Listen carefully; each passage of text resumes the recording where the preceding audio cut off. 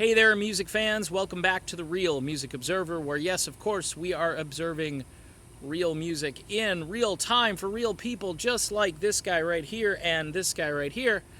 Eddie Vedder singing with Roger Waters, two guys who basically can't sing, shouldn't be singing Comfortably Numb. I just blurted it right out. No big introduction. Ultimate Classic Rock has footage, a lot of other classic rock stations.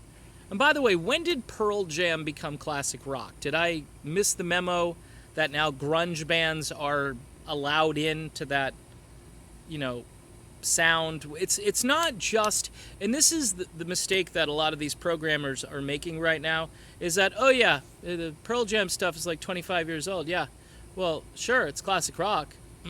No, it really isn't classic rock. Classic rock is fun for the most part. For the most part, there are exceptions. I don't know. There are songs that are like story songs that aren't fun and they have serious subject matter. But okay, here's a little bit more of a criteria for you here. Classic rock songs have melody, and they have good, decent musicians playing. Okay, now the grunge era is never going to be remembered for its musical prowess. There's nobody I can think of on the grunge scene who could sing really well. I mean, seriously? Are you going to make an argument that any of the grunge vocalists are even remotely good vocally? I mean, they all basically sound the same.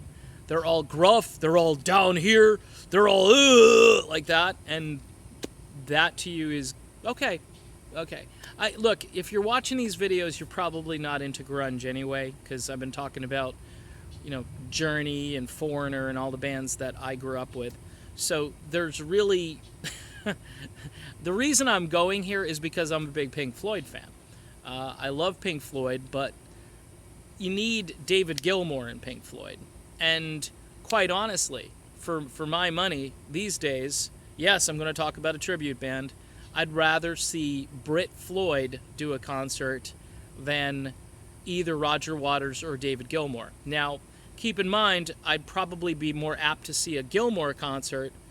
I don't know how political Gilmour gets during his concerts. I know they just filmed a live event he did not too long ago. It's going to be on DVD, and people are really excited about it. It's like his 53rd live DVD concert thing. I would put any of their material, past and present. Past, I mean, right up to like their heyday when they were touring, right? Talk about The Wall or talk about Dark Side of the Moon. This group, Brit Floyd, has assembled a team that just creates an audio-visual experience that will bring you right to where those albums were created. Right to the time, right to the moment, right to the right tone and sound when you're talking about the way the guitars are tuned and played. They've got two vocalists who really hit it out of the park. The dude who does the Roger Waters stuff, it gets this psycho voice on, I call it. And I'm saying Roger Waters was never a great singer. So when I back up and talk about Roger Waters, I'm saying he was important to that sort of contrast between him and Gilmour. Like during Comfortably Numb, you're almost relieved to hear Gilmour's smoother vocal come in after Waters does his, rubber room lyrical prose. And it's fine, it works, and it's great. And that's why when I watch Brit Floyd and they do it, they understand that dynamic between the two guys. But to cart Eddie Vedder on stage to do the Gilmour part is kind of like Neil Young singing Mariah Carey. It's just not right. And look, this isn't my wheelhouse musically. Am I saying everything created in the grunge era sucks? It's hard to say. I mean, I guess it's all relative, because now the stuff that's come out since then is even worse than the stuff that came out then. So you could say, well, it's not bad compared to this thing I just heard on the radio yesterday. But it still sucks compared to the real. And again, 1964 to about 1991, 92, depends on the format you were listening to in the early 90s. Some of it was still good, and then some of it just was like, uh-oh. Uh-oh, here comes another guy who sounds like he's, drinking kerosene. It's awesome. Can't wait to hear the next band that sounds like that. And the guy who plays one chord, maybe two chords, and they design this sort of dark melody about slitting your wrists and just having no fun whatsoever. And that's what I mean. Classic rock had a strain of excitement and fun. I mean, I heard Mike Reno a long time ago from Loverboy talk about what his music is about, and he's like, good times, fun, letting off some steam, partying. That's rock and roll, folks. That's what rock and roll is supposed to be. Yeah, there are moments where you can design a song that has some meaning and has some substance, but typically, if you're constantly dark, people are gonna listen to that stuff. I mean, look at all of these guys who've been killing themselves in this movement, literally killing themselves, that came out of that movement. And they're young people. This dude from Lincoln Park was 41 years old. And it's like, okay, and I'm not saying, you had Jim Morrison. You could certainly make some kind of a connection between the two things. But I don't think the darkness and the doom help the situation. And for my money, I'd rather go up there and see Brit Floyd. They put on a tremendous show. Musically speaking, if you're going to say, oh, they can't play their instruments, then you haven't watched a show, you haven't seen it. If you're going to say they're like visual, their show isn't very impressive, again, you haven't seen it.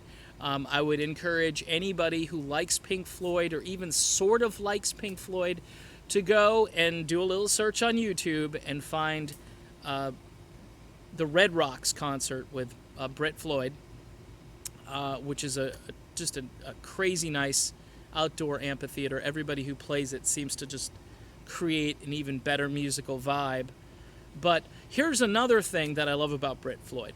So Brit Floyd goes to a city near you, and they contact the local school system, and they say, hey, we're doing a concert here. We need a choir. We need a chorus of young voices to bring out during Another Brick in the Wall Part 2. And these kids come on stage, they file them in, single file, they all line up perfectly, and when that part of the song hits, these kids sing their lungs out, and it happens in every city they go to.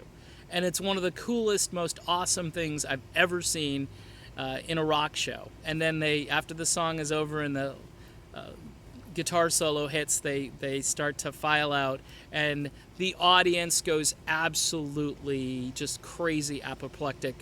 It's worth the price of admission just to see those kids go up there. And these guys execute flawlessly the song. They do a jam on the end of Another Brick, which is a little different. I've heard it a couple of times. It's a little different from what Floyd used to do live. And I have to say, it's a cool jam. It's a cool little jam band improv thing. So, for my money, first of all, I don't want to be lectured about politics, okay?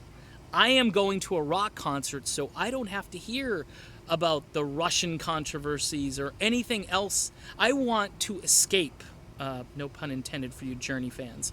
I wanted to get away and sit down and maybe knock back a couple of cold beverages and marvel at the grandeur of the show and see positive music, or at least music performed and played like it was recorded. And at that point, you've got it made. There's nothing else you need. Now, if you're running around making political statements, eventually it just gets bitter and sour and curmudgeon-like, and I would rather see a band like Brit Floyd get up there and just knock it out of the park, which they do every time they perform. That's my video. I'm Dave, and this, of course, is The Real Music Observer, and we will chat again very soon. Cheerio.